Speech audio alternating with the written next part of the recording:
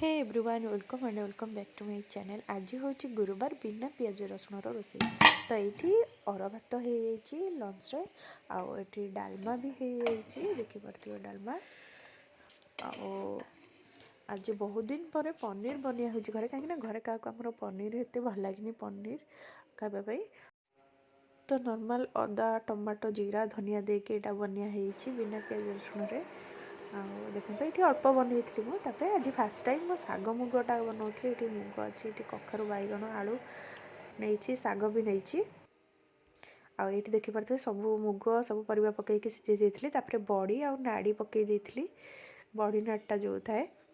ये छुंक लगे जोटा सीझा बसई शाग पकईबी एटा फास्ट टाइम करी बहुत ही टेस्टी भी होता भल भी होता बिना पियाज रसुण जो अरुआरे यहाँ खाइबाटा बहुत भल लगुला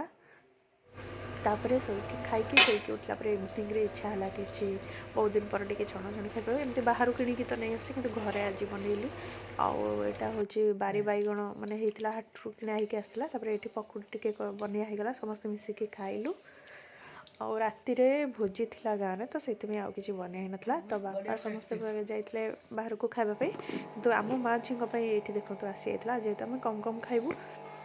यही भी बहुत सारा बड़ी कहीं जिनस गुड़ा एत खाई हुए तो भिडियो ये एंड कर जय जगन्नाथ।